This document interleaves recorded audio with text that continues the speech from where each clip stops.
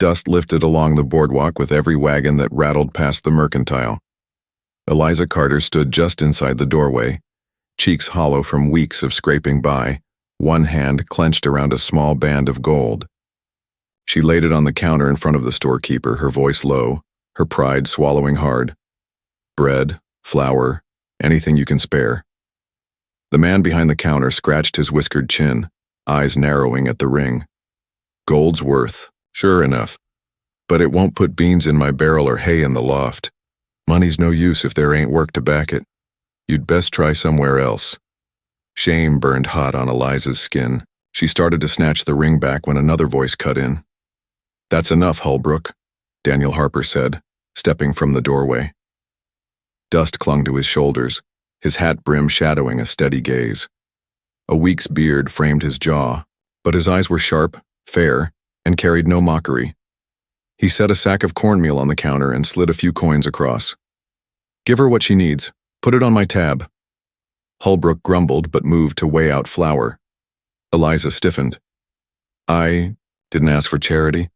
Daniel met her eyes without flinching. "Didn't say you did. Harper Ranch needs a cook. My father's house has grown cold without one. We don't need your gold. We need you." The words hung heavier than the sack of flour. Eliza's fingers trembled over the ring, the last thing, tying her to a life that had already ended in a fever-stricken graveyard. She closed her fist around it, lifted her chin. "You'd hire a stranger with nothing but trouble in her shadow?" Daniel's mouth tugged into the barest hint of a smile. "Trouble's already knocking at our door. What we could use is someone with the grit to face it. You fit that well enough." Outside, the wind lifted dust devils across the street. Eliza gathered the bundle of supplies Holbrook shoved her way. Her stomach ached with hunger, but it was pride that warred hardest inside her. By the time she stepped onto the boardwalk, Daniel was already holding the reins of his wagon. "Come with me," he said simply. "One hot supper, then you can decide if you'll stay." Eliza hesitated, her ring still clutched tight. Then, with a breath that seemed to cost her all she had left, she climbed into the wagon. The road to Harper Ranch wound past brittle grass and barbed wire fences. Cattle grazed lean.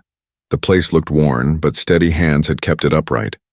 Daniel guided the team with quiet competence, speaking little until the house came into view, a long, low structure with smoke barely curling from the chimney. Jacob. Harper waited on the porch, broad shoulders squared, gray beard marking years of labor. His eyes narrowed when he saw Eliza. "Who's this?" Daniel answered plainly. "Cook, if she'll take it." Jacob's gaze lingered on the bundle in her arms, then on the pride in her stance. "The house hasn't seen a proper meal since your mother passed. If she can manage a stove, let her try." Eliza stepped inside. The air smelled of ashes and neglect. Pots hung dusty, shelves near bare. Her hands itched for work, not because she owed them, but because she remembered what it felt like to fill a room with bread's warmth. She set her bundle down, rolled up her sleeves, and asked, "Where's the larder?" That night the kitchen glowed. She scoured pans, kneaded dough with worn but steady hands, and seasoned beans with a pinch of wild herbs she carried from her own small pouch. By the time the table was set, the ranch house felt alive again. Jacob ate slowly, then set his spoon down with a grunt of satisfaction. "It'll do." Daniel caught Eliza's eye across the table. "It'll more than do." The warmth of the meal reached further than the food. For the first time in months, Eliza's hunger eased, not just in her belly but in her heart. She still clutched her wedding ring in her apron pocket, but already she felt its weight shifting. Outside, coyotes called under a rising moon. Inside, work and dignity had found her again, not as charity but as a beginning. The sun rose over the Harper spread with a blaze that turned the frost to silver. Eliza was already on her feet, apron tied, sleeves rolled. The stove hissed with fire she had coaxed from damp wood, pans warming, beans simmering. She moved with a steadiness that surprised even herself. After weeks of surviving on scraps, her body remembered how to work when given purpose. Jacob Harper stepped into the kitchen, boots thudding. His stern eyes softened, just barely, at the smell of coffee. "Didn't think you'd last the night," he said. Eliza set a cup in front of him. "I've lasted through worse." He studied her, then grunted approval. Daniel followed soon after, his hair damp from the trough, shirt rolled to his elbows. He caught the look of the table. Biscuits rising, beans thick with seasoning, bacon crisping, and smiled faintly. "Told you she could manage, Pa." Breakfast filled the long table. Billy and Samuel, the ranch hands, ate with the noisy hunger of men used to dry rations. Between mouthfuls, they cast glances at Eliza, half respectful, half curious. When Billy licked his fingers and said, "Best meal I've had since spring branding," she only nodded, hiding the warmth in her chest. Work began quickly after. Eliza tackled the pantry, tossing out moldy sacks and setting shelves to order.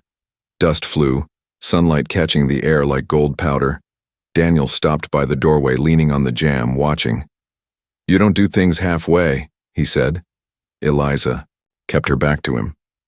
"Halfway doesn't keep people alive." He didn't argue. Instead, he lifted a barrel of flour with ease and set it where she pointed. She caught the flex of muscle under his shirt, the steadiness in his movements. For a heartbeat, her breath hitched, but she pushed it away with another task. That afternoon, the ranch yard stirred with new arrivals. 3 drifters rode in, lean men with eyes that scanned too much, the kind that watched fences and water, troughs more than cattle. Daniel introduced them plainly. Wade Collins Doyle, hired on for the season. "Extra hands'll help with the herd." Eliza felt Wade's glance linger too long when she passed. Something in his smile was off, but she said nothing. She had known men like that before. Easy charm that covered harder edges. By sundown, the ranch felt different. Supper was hearty and the men were satisfied. Eliza sat back in the quiet after, hands folded in her lap, listening to the murmur of voices and the scrape of spoons. It wasn't family, not yet, but it was something near it. When the others had gone, Daniel lingered at the sink, drying plates. He looked at her over the rim of a dish. "You carry yourself like someone who's lost more than food." Her hands stilled. The ring in her apron pocket felt heavier than ever. "I buried my husband last winter, fever. Took our baby too." She kept her voice flat, unwilling to let the ache show. Daniel set the plate down, his face shadowed. "I'm sorry." She met his eyes then, for the first time without flinching. "I don't want pity. I want to work. Work gives me something to stand on." Daniel nodded slowly. "Then you've come to the right place." Outside, the coyotes called again, but their cries felt distant. Inside the Harper house, for the first time in a long while, Eliza Carter felt like she was standing on solid ground. The wolves did not follow far, but their cries carried across the hills like hunger that never died. Eliza heard them in the pre-dawn dark as she stoked the stove. The ranch was still, only the cattle shifting faintly in the pasture. She worked, with the rhythm of habit, bread rising, coffee boiling, bacon laid out for the skillet. Each sound was small but steady, a promise that the day would begin with strength, not want. By sunrise, the kitchen smelled alive. Billy and Samuel stumbled in, hair tousled, faces creasing with surprise. "Feels like a holiday," Billy muttered, eyes wide at the sight of biscuits. Samuel grinned. "Best not get used to it, else we'll forget how to chew jerky." Eliza only set the plates down, lips firm, but eyes amused. Jacob Harper ate in silence, but his second helping said enough. Daniel leaned back from the table, coffee in hand, watching her with quiet approval. After breakfast, Eliza carried baskets of laundry to the yard. Wind snapped the sheets as she pinned them to the line, sunlight flashing through the cloth. She scrubbed shirts against the washboard until her arms ached. Yet there was a satisfaction in the sting. The ranch had been sagging under neglect, and every stroke of her hand pulled it back upright. Daniel passed with a saddle over his shoulder. "You don't waste time." She didn't look up. "Time's the one thing we're never rich in." Later, she cleaned the larder, lined jars of beans and flour in neat rows and scoured iron pans until they shone. Billy peeked in and whistled low. This place looks near civilized. By evening, her body burned with fatigue, but she still served. Supper, hearty stew, bread brown on the crust, butter soft. Around the table, voices eased. Even Jacob leaned back after his bowl, eyes half closed as if remembering something forgotten. Then came the test. Daniel had been out mending the fence when he returned late. Dust on his boots, one arm hanging, awkwardly. He stepped into the kitchen, jaw set, face pale. "What happened?" Eliza asked sharply. Horse spooked at a rattler. "I took the fall." He tried to wave it off, but his grimace betrayed him. Eliza had seen enough injuries in her. Hard years to know a dislocated shoulder. She pulled a chair forward. "Sit." He hesitated. "It'll mend." She fixed him with a look that allowed no argument. "Not unless you want it crooked forever." Reluctantly, he obeyed. She stood behind him, gripping his arm steadily, her breath close to his ear. "On 3, she said. Before he could count, she jerked it back into place with a swift, practiced motion. Daniel gasped, color flushing back into his face. Sweat broke on his brow, but relief softened his jaw. "You've done that before," he said hoarsely. She shrugged, fetching a cloth for his brow. "When there's no doctor, you learn quick. Pain teaches fast." His eyes caught hers. Something, unspoken, passing between them. Then he looked away, flexing his arm carefully. "You've got grit, Eliza Carter." She busied herself with tidying the clothes, unwilling to meet the weight of his gaze. But in her chest, something stirred. Something as steady as the ranch house fire, and as dangerous as the wolves calling across the hills. The town square swelled with lantern light and fiddle music. Eliza had not meant to come, but Daniel had insisted. Harvest's near the only time folks remember to celebrate. You've earned it. So she found herself walking beside him through the dust, her plain dress pressed neat, hair drawn back. She felt the stares, men tipping hats, women whispering. But Daniel walked steady at her side, unbothered, his presence a shield. At the long tables, bread, pies, and roasted meat filled, the air with scent rich enough to make her stomach twist with memory. Children darted past, laughter ringing.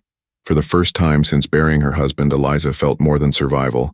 She felt the hum of community, dangerous in its temptation. The fiddler struck a reel. Couples formed, skirts flashing, boots thumping. Daniel turned to her, hand extended, expression calm but intent. "Dance?" Eliza shook her head at once. "It's been too long." "Then it's time again." His smile was faint but certain. "Trust me." She hesitated only a breath before placing her hand in his. His palm was rough, steady, grounding. He led her onto the square, the fiddler's bow quickening, and soon they were turning among the couples. At first her steps stumbled, but Daniel's hand at her waist held her steady, guiding her as if he'd been waiting to catch her all along. The crowd blurred. For Eliza there was only the music, the press of his hand, the steadiness of his eyes. Laughter broke from her lips unbidden, rusty but real. Daniel grinned back, surprised as though he had never expected to hear it. When the music slowed to a waltz, Daniel kept her close. His voice dropped low. "I once thought I'd never dance again, nor either. My fiancé left when the ranch turned lean. Said she needed more than cattle and dust." Eliza searched his face. She was blind then. Color touched his cheeks, but he did not look away. Maybe so. Or maybe she cleared the way for someone who'd see clearer. The fiddler's bow drew a long, sweet note. Before she could think, before she could retreat behind her pride, Daniel bent and kissed her. It was gentle, unhurried, but sure. Gasps rippled through the crowd, then laughter, applause, teasing calls. Eliza's heart thundered. She pulled back, breathless, her hand tightening on his arm. "Daniel, I'll court you proper," he said firmly, eyes steady on hers. "I won't take what isn't offered, but I'll not pretend I don't feel it." Around them, the Dance carried on. For Eliza, the world had shifted. Hunger had driven her to trade a ring, but dignity had led her here, to a man whose worth was measured not in gold, but in steadiness. As the night wound down, lanterns dimming, Daniel walked, her back to the wagon. His hand brushed hers once, deliberately, and lingered. The promise was unspoken but clear. Behind them, Wade stood near the shadows of the livery, his smile thin, his eyes sharp. He had seen the dance, the kiss, the approval it drew from the crowd, and he had seen opportunity too, the kind Mason would pay well for. The night air cooled, but inside, Eliza burned with something she hadn't felt in years, the warmth of being wanted, not pitied. The fences did not break on their own. Daniel came back from the south pasture at dusk, a coil of cut wire slung over his shoulder, face set hard. 3 posts down, wire sliced clean, not trampled. Someone sending a message. Jacob swore, low, fists clenched. Billy and Samuel looked uneasy, trading glances. Eliza set down the pail she'd been carrying and wiped her hands on her apron. Cattle won't stay penned if fences are open. That's no prank. It's sabotage. Daniel nodded grimly. Water trough by the West Corral was fouled too. Mud and offal were dumped in. Someone wants our stock week. The room fell into tense silence. Eliza broke it. Then it's not cattle they're after. It's the land itself. Whoever did this wants you ruined, so they can claim the water rights. Daniel met her eyes, something like respect stirring there. You speak it plain. I've seen greed wear many faces, Eliza said. Men will starve families for less than a good well. Jacob growled. Clayton Mason. He's been circling these hills for years, waiting for us to falter. That night. Daniel rode the boundary, lantern in hand, checking every stretch. Eliza waited in the kitchen, the ring heavy in her pocket. She brewed coffee strong, her nerves taut. When Daniel returned near midnight, dust streaked and weary, she met him at the door. You can't fight him alone, she said. His smile was thin. Good thing I'm not alone anymore. In the days that followed, tension grew sharp. Wade, Collins, and Doyle worked the herd, but Eliza caught Wade watching Daniel with a sly half-smile, as if he knew more than he should. His charm with the other hand rang hollow, his eyes never still. Then came the creek raid. It was near dark when gunfire cracked from the ravine. Daniel had gone down with Billy to check cattle tracks. Eliza was near the corral when the sound split the air. Without thought, she grabbed Jacob's rifle from the porch and ran toward the creek. The scene seared itself into her mind. Daniel crouched behind a fallen log, hat blown off, blood streaking his sleeve. Billy fired back from a rock. Across the creek, shadows moved. 3 men, muzzle flashes lighting their shapes. Eliza dropped to one knee, braced the rifle, and fired once. The shot cracked clean, splintering bark near the raiders. They scattered, curses flying. 2 fled, 1 lingered. Wade, his face plain in the firelight, gun raised. Daniel's shout was ragged. Wade, you snake! Wade sneered, then ran, vanishing, into the dark. Eliza scrambled to Daniel's side. Blood soaked his shirt, his breath sharp with pain. She pressed her hand to the wound, voice steady though her heart raced. Hold still, I'll keep you breathing. Daniel's gaze locked on hers, fierce even through pain. You saved me. Not yet, she said, tearing her apron into strips, binding his arm tight. But I will. His good hand caught hers, grip strong despite his weakness. Eliza, if I don't make it, you will, she cut in, eyes flashing. And when you do, you'd better keep your word about courting, proper, because I've no mind to bury another man I've come to care for. Even wounded, he smiled at that, breath rough. Then it's a promise. The coyotes cried again in the hills, but their song sounded weaker that night, for in the dark, under the weight of blood and danger, a vow had been struck, one born not of gold, but of grit, love, and defiance. The dawn came hard, red on the horizon, carrying dust that meant riders. Eliza was already awake, tending the fire, when she heard the rumble. She stepped to the window and froze. The ridge was crawling with mounted men, nearly 20 strong, their rifles catching first light. At their head rode Clayton Mason, broad-shouldered, smug even at a distance. She rushed to Daniel's side. He struggled upright, bandaged arms still stiff, eyes narrowing. "He's come for the water, and for us." Jacob strode in, shotgun across his forearm. "Then we give him something to chew."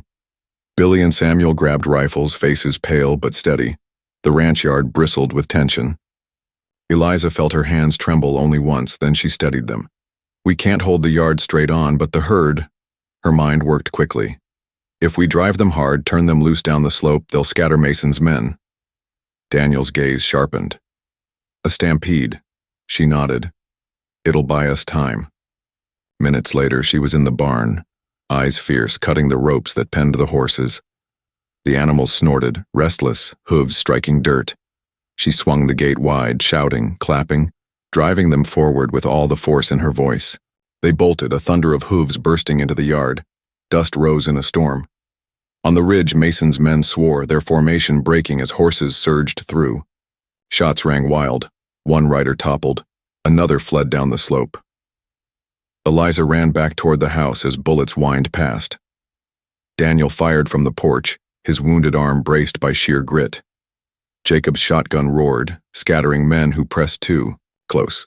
Mason held back, his face twisted with fury, shouting orders over the chaos. "Burn them out, burn it all." Flames caught at the barn, dry hay, drinking the sparks quickly. Smoke curled into the sky, acrid and thick. Inside, Eliza pressed Hope's small locket to her chest, a charm she still carried from her own lost child, and forced her fear down. She filled buckets at the pump, dousing walls, her skirt soaked, hair clinging to her face. Daniel grabbed her arm once, eyes blazing. "You don't have to." "Yes, I do," she snapped, voice fierce. "This house is mine as much as yours now." The fighting raged until the sun stood high. Mason's men circled, tried again, but the ranch held. With every shot fired, with every bucket thrown, Eliza's resolve dug deeper. She had been a widow, a beggar at a counter. Now she was something more, a fighter, a woman with roots in the ground she had chosen.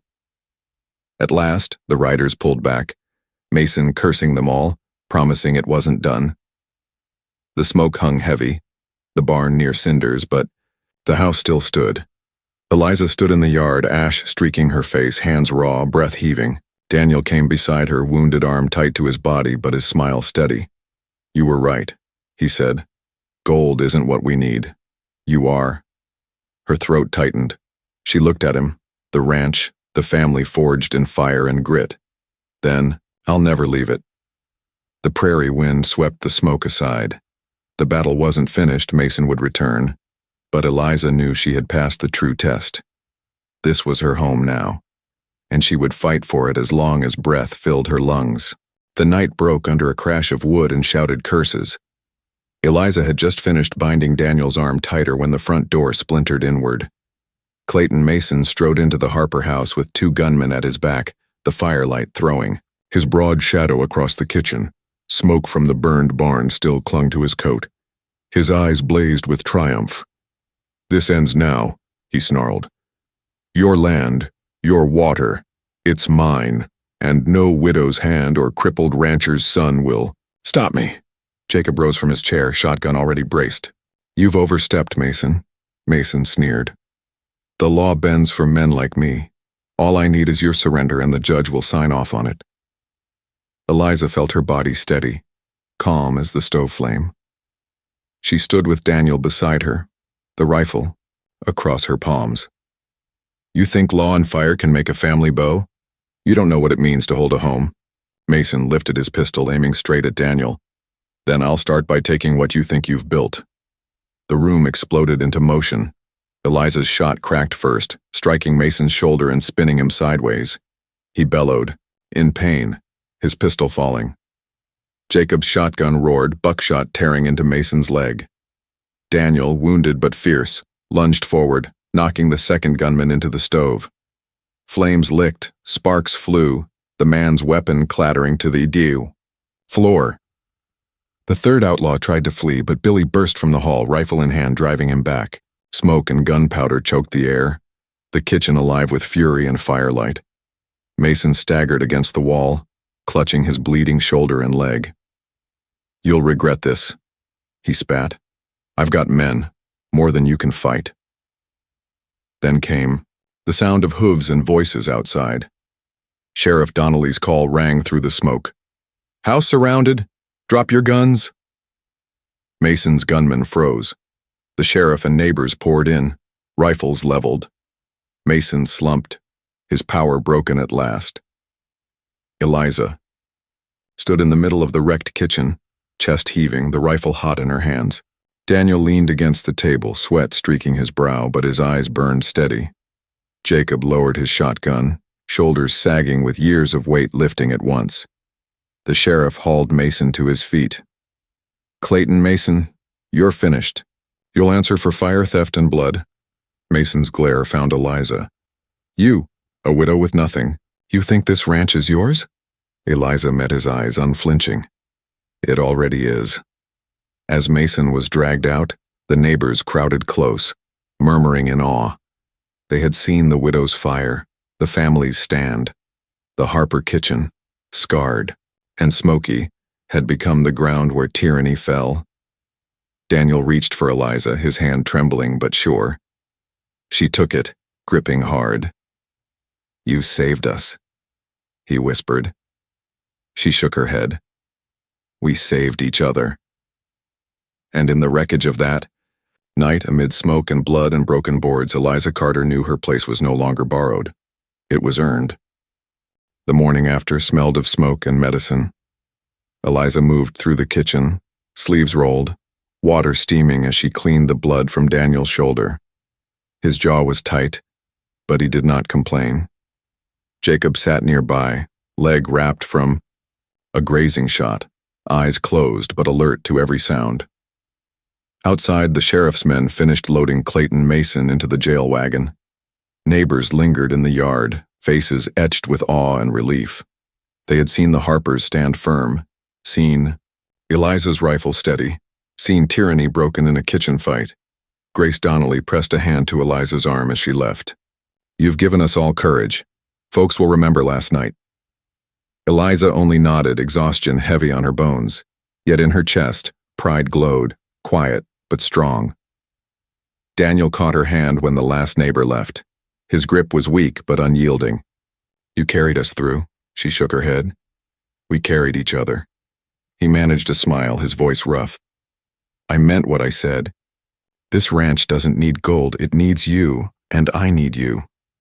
Her breath caught, the truth of it sinking deep.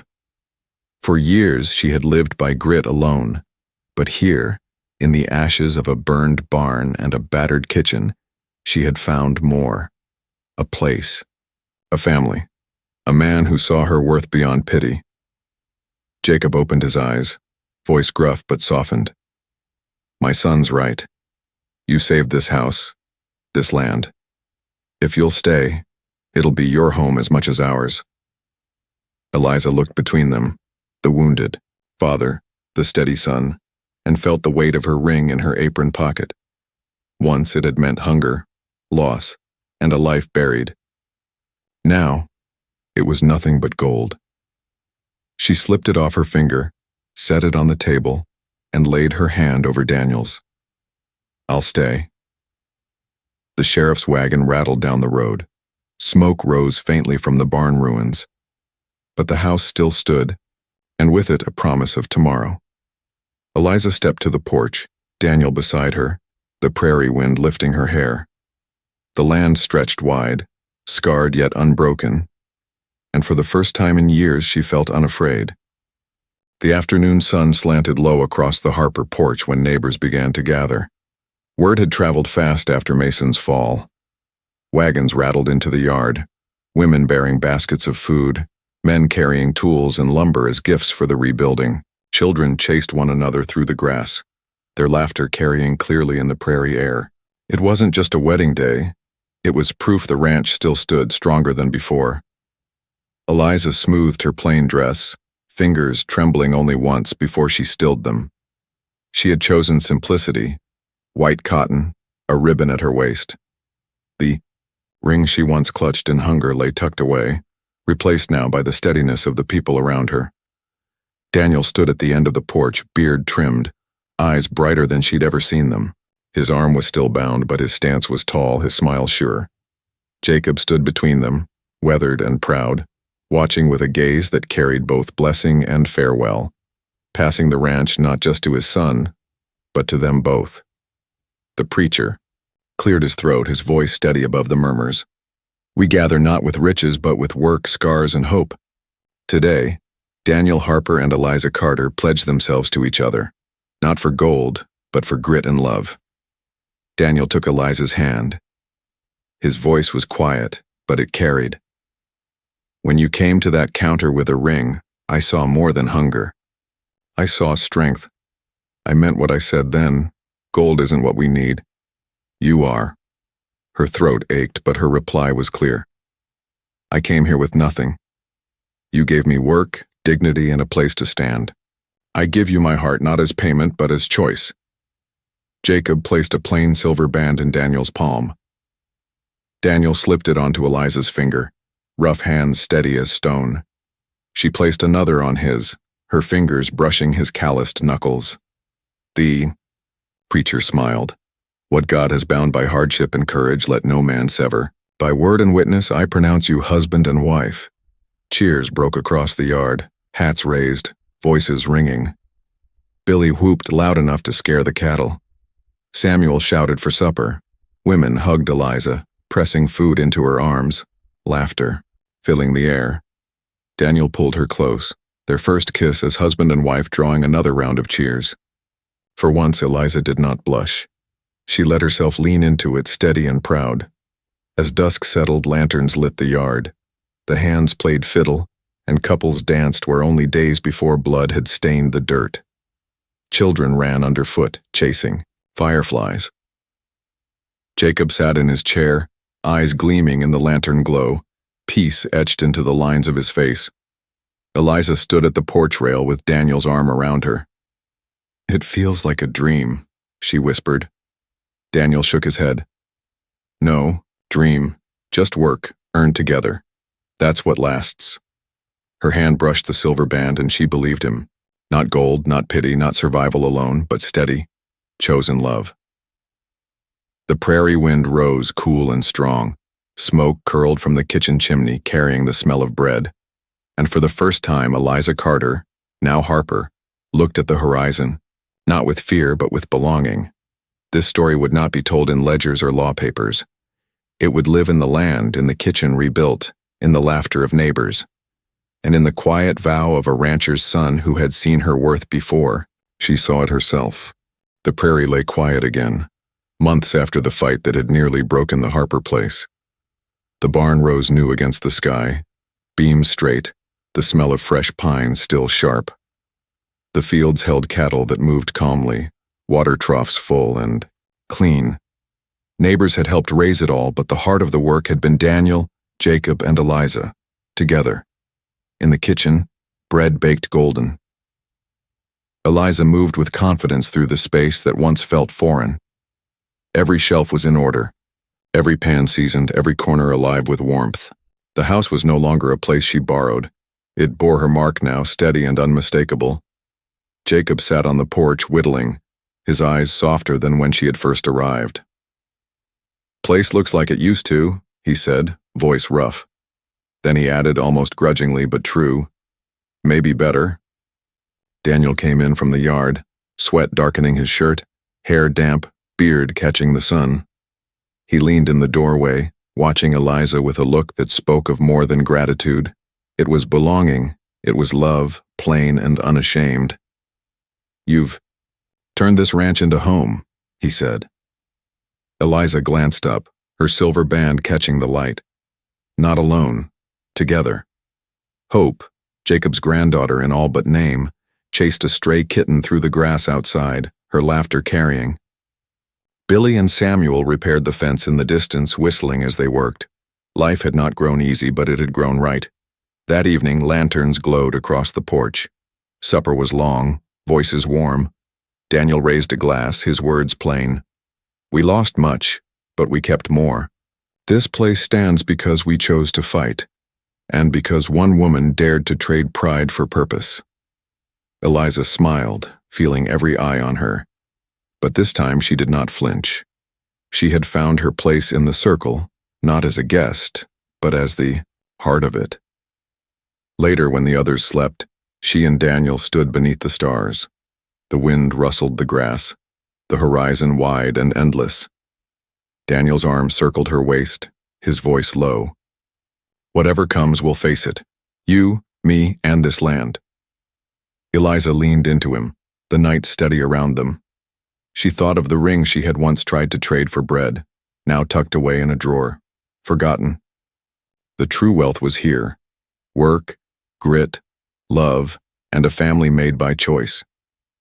The prairie would remember storms and fires, but it would also remember this: a widow who found her place, and a rancher's son who saw her worth before the world did. This story made history not with gold, but with grit. If you want more frontier tales of courage, love, and second chances, tap like and subscribe, so the next story rides straight to you.